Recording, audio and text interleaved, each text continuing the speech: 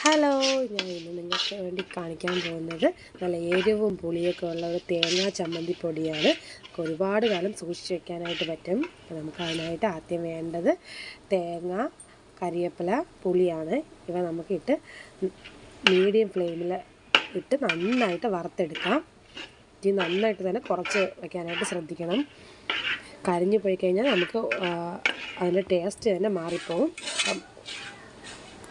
നന്നായിട്ട് തേങ്ങയുടെ കളറൊക്കെ മാറി ഒരു ബ്രൗൺ കളർ ആവുന്നത് വരെ നമ്മൾ നന്നായിട്ട് കൈ ഇളക്കാതെ വറുത്ത് കൊടുത്തുകൊണ്ടേ ഇരിക്കണം.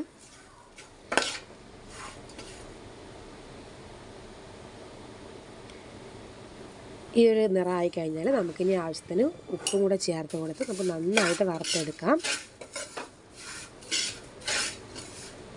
അപ്പം നമ്മുടെ തേങ്ങ നന്നായിട്ട് ബ്രൗൺ കളറായിട്ട് വറന്ന് വന്നിട്ടുണ്ട്.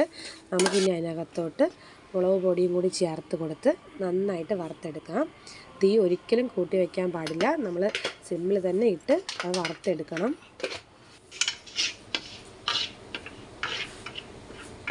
ഒരുപാട് കാലം ഇത് സൂക്ഷിച്ച് വയ്ക്കാനും പറ്റും. ചോറിനും അപ്പത്തിനും ഒക്കെ നമുക്ക് കഴിക്കാനായിട്ട് പറ്റും.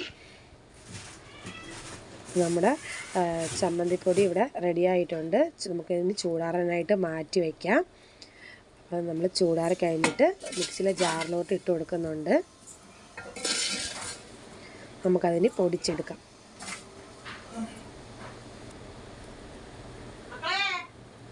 അപ്പം നമ്മുടെ ടേസ്റ്റി ആയിട്ടുള്ള തേങ്ങാ ചമ്മന്തിപ്പൊടി ഇവിടെ റെഡി ആയിട്ടുണ്ട്. എല്ലാവരും ഈ ടേസ്റ്റി ആയിട്ടുള്ള തേങ്ങ ചമ്മന്തിപ്പൊടി റെഡിയാക്കി നോക്കണം. ഈ റെസിപ്പി കണ്ടിട്ട് എന്നെ എല്ലാവരും സപ്പോർട്ട് ചെയ്യണം, ലൈക്ക് ചെയ്യണം. അടുത്തൊരു വീഡിയോയിൽ കാണുന്നവരെ